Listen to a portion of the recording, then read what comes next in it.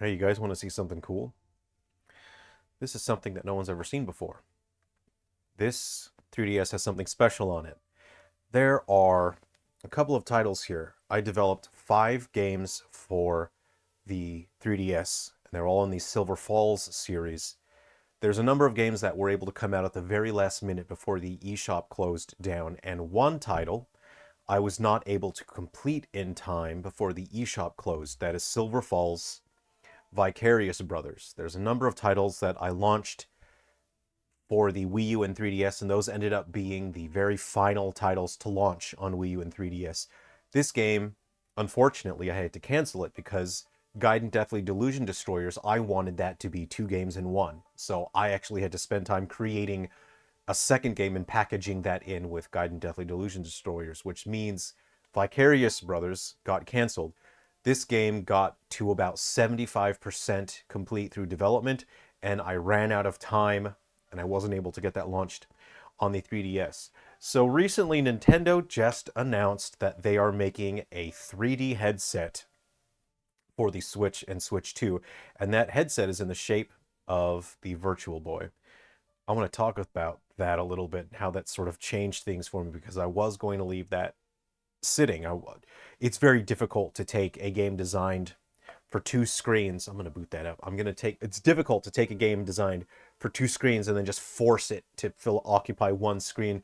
And so I didn't just want to take this and then put it on the Switch. And it's designed to look really cool in 3D. And after I failed to complete the game in time because I was developing a bunch of other titles simultaneously. I wasn't able to get Vicarious Bros done in time, and I thought it doesn't feel right just trying to shove it onto the Switch. Talk about that in a second. And we'll discuss that, but first I just need to, I honestly just need to vent here. So I just came from a music session. A couple nights out of the week, I go to different music clubs, pub sessions where we play music, and it's so cool just hanging out with people, meeting people, making friends. But tonight, I had a very weird and uncomfortable experience. There was a guy that had never attended before, and he started singing.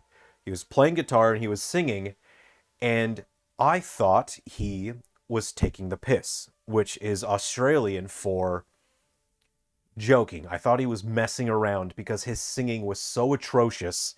You have never heard anything like this guy in your entire life.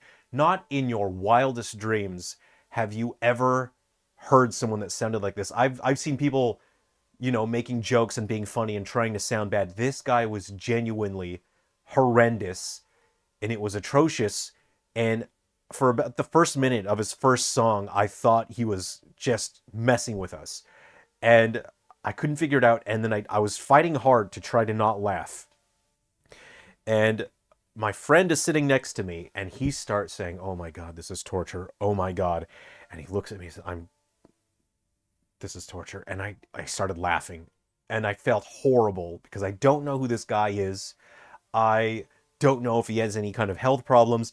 And I've been around a lot of people. I've worked in a lot of different environments, and I've worked in many different jobs.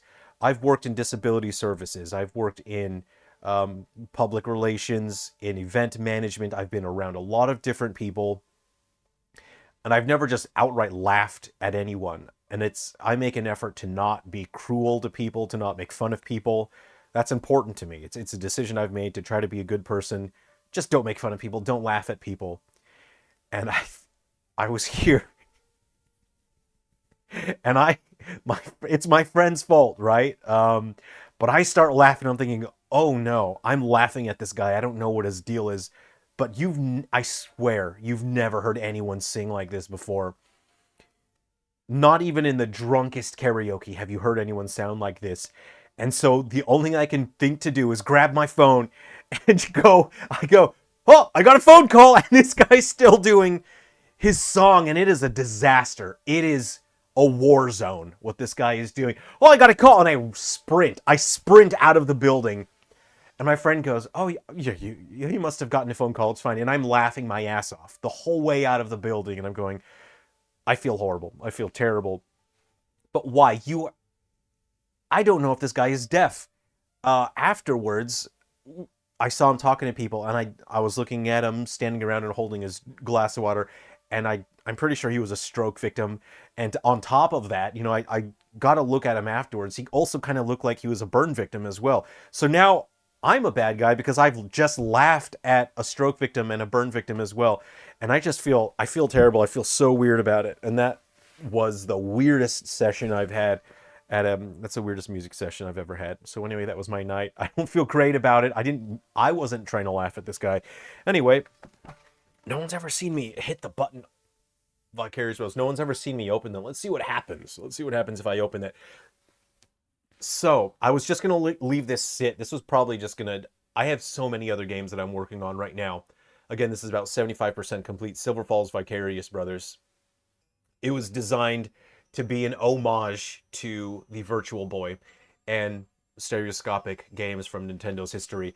And after Nintendo's surprise reveal of the Virtual Boy stereoscopic 3D headset for the Switch and Switch 2, I've realized, wait, in about a month, I can just finish this up and then port it over.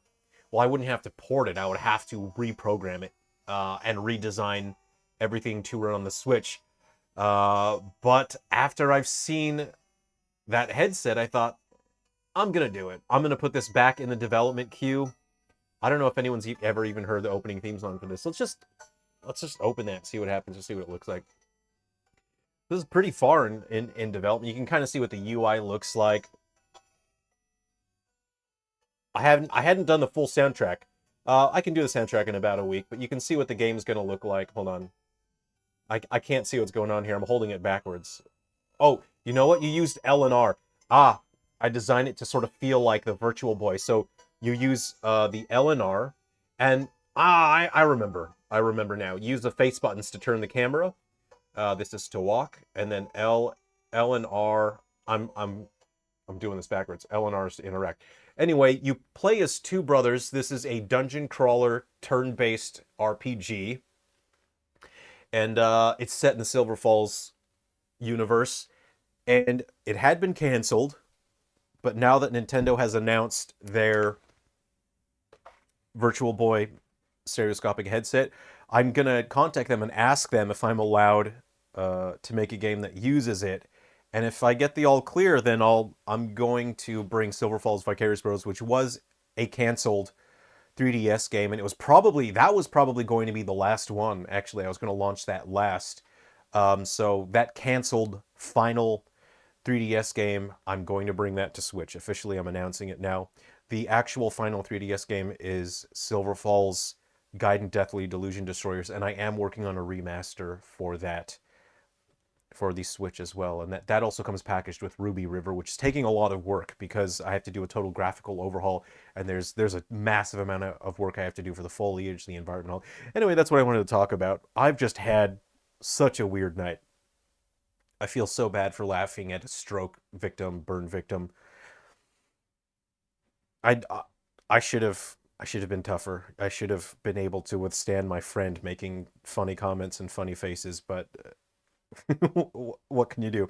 Anyway, take care of yourselves. We'll talk more about the stuff in the Direct. I've got to help run an archery club tomorrow as well, so I'm pretty busy. I haven't had a lot of free time. Okay, see you around. Take care.